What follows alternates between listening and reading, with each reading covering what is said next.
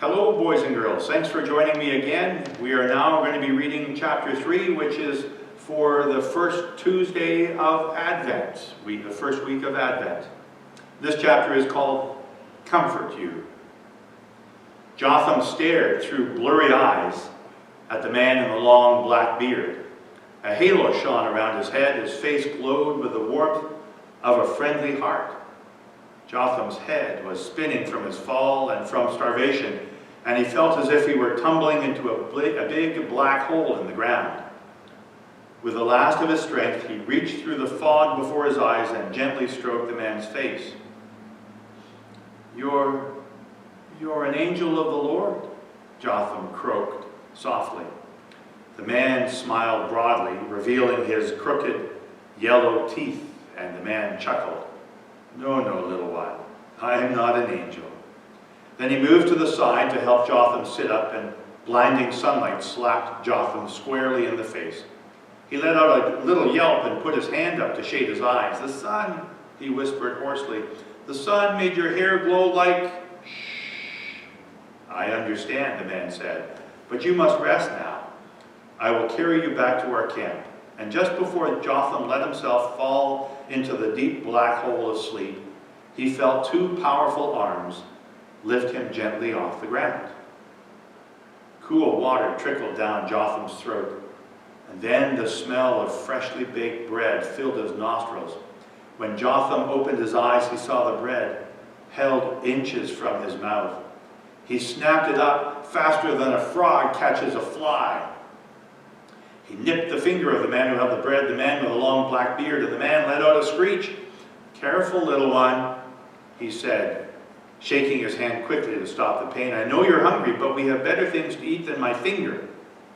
Jotham didn't even hear him. All he knew was the bread in his mouth, and he chewed it until he was sure he had tasted every delicious crumb.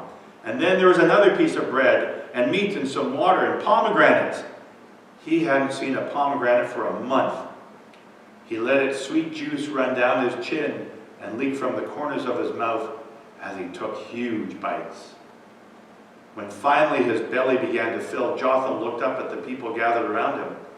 He hadn't even noticed them before, but now the faces of men and women and children all huddled around, looking down at him. He didn't recognize a single face, but he knew immediately just who they were by how they were dressed. Shepherds, Jotham said. You guys are shepherds.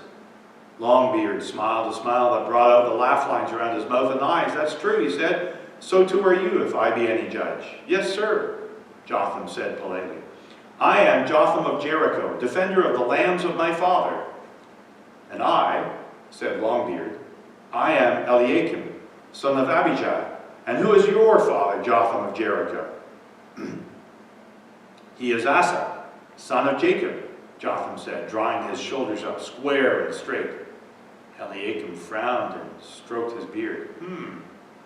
Asa, son of Jacob. I believe I know that name. He thought for a moment and shook his head. Ah, well, if I've heard that name, I have long forgotten where. But now tell me, why is Jotham of Jericho out on the highway all alone? Where is your caravan?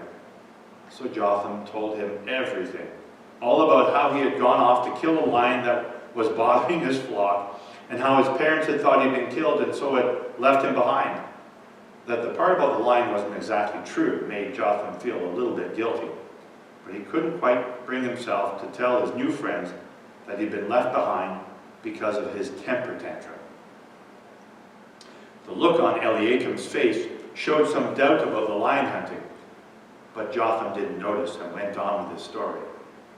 When finally he finished, Eliakim said, So, the great hunter kills a lion with his bare hands and then finds fear in a canyon of rocks? Jotham felt the blood rise in his face, embarrassed that he'd been caught in his lie. Well, I was very hungry and everything looked so strange, and Eliakim smiled and patted Jotham's shoulder.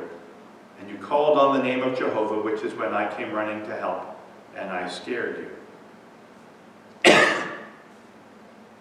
Jotham raised his head again, a smile stretching from ear to ear.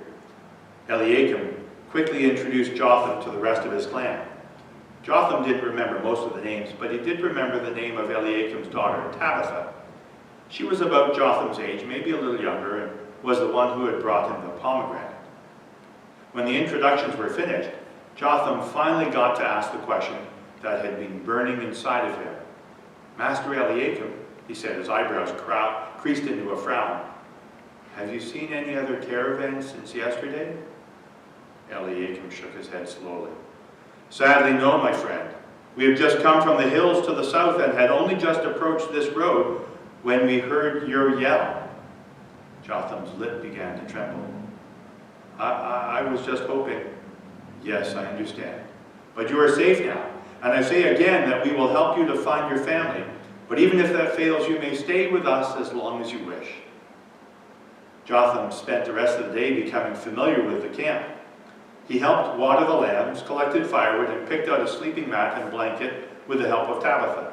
After supper, the whole family, about 20 aunts and uncles and cousins, sat around the fire, just like Jotham's family always did.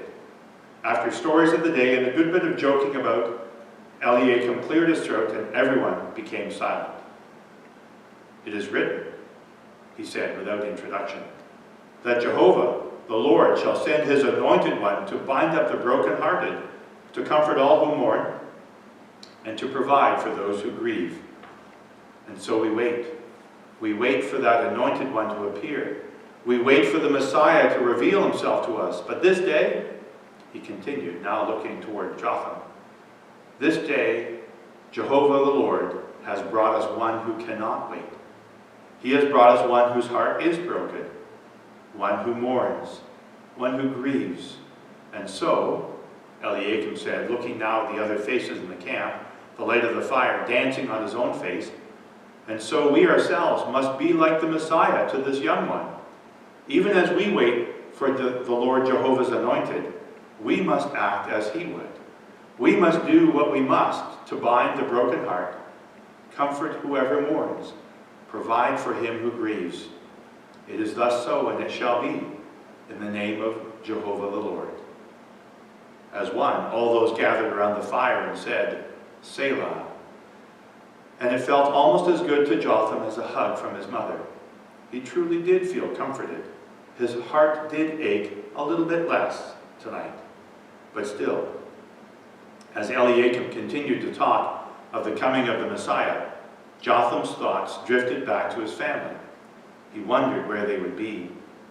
He wondered where they were going. And he wondered about how much pain he has caused them. And he was still wondering later that night as he lay on his sleeping mat on the ground in front of Eliakim's tent. He gazed into the sky and let his mind wander and wonder among the stars. Just before he fell asleep, he noticed one star that looked a little bit brighter than all the rest. And he wondered if maybe somewhere his mother was looking at that very same star. The people of Israel had to wait many centuries before the promised Messiah appeared.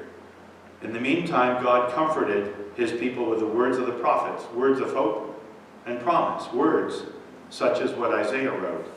"The Spirit of the Sovereign Lord is on me, because the Lord has anointed me to preach the good news to the poor.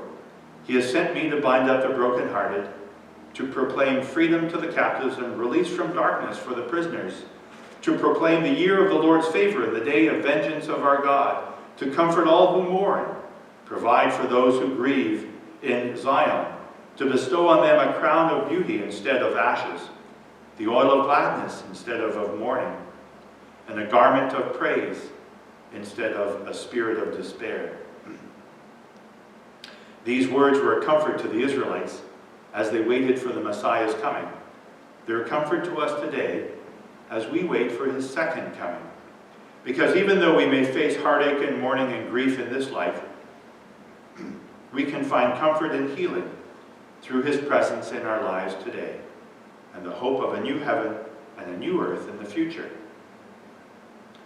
Jotham has found kindness and love with the family of Eliakim, and it eased the pain he feels at being separated from his own family. But still he looks forward to the day he will once again see the faces of his family, just as we look forward to the day when we shall see Jesus face to face.